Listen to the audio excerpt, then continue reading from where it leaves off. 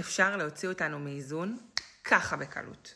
נעים מאוד, קוראים לי נועה לזרי, אני מומחית לשפת גוף, חוקרת רושם ראשוני, והיום אני ארצה לדבר איתכם על האיזון הרגשי שלנו. בעצם כשאנחנו נמצאים באיזשהו רגש מאוד מאוד גבוה, זה יכול להיות חיובי, זה יכול להיות שלילי, אנחנו בהתלהבות, אנחנו בהתרגשות, הכל מושפע מזה, בסדר? התוכן, הטון ושפת הגוף שלנו, בעצם מרכיבי התקשורת. אני אדבר בתנועות גדולות, אני ארים אולי טיפה את הכל, ואני אבחר מילים רגשיות, מילים שיש בהם המון רגש. אוקיי, התרגשתי, התלהבתי, כעסתי, רתחתי, כזה.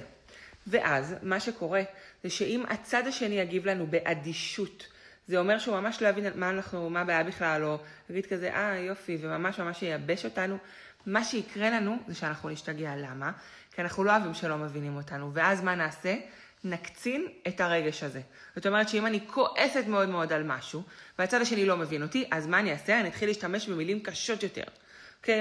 אם אני התחלתי אני לא אוהבת את זה, פתאום אני אגיע אני שונאת את זה.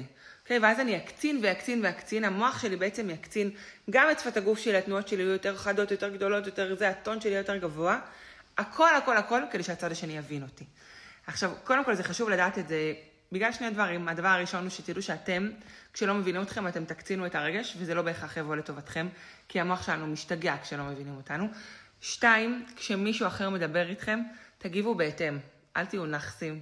תקשיבו לו, תתלהבו איתו, תתרגשו איתו, תיכסו איתו, אל תגידו לו, אוי, למה אתה כועס? לא, יש פה מישהו שכועס, אל תגיבו לו באדישות. זה רק יגרום לו להקצין את הרגש יותר ויותר, ויזרע במערכת היחסים שלכם משהו מאוד מאוד רעיל. בהצלחה.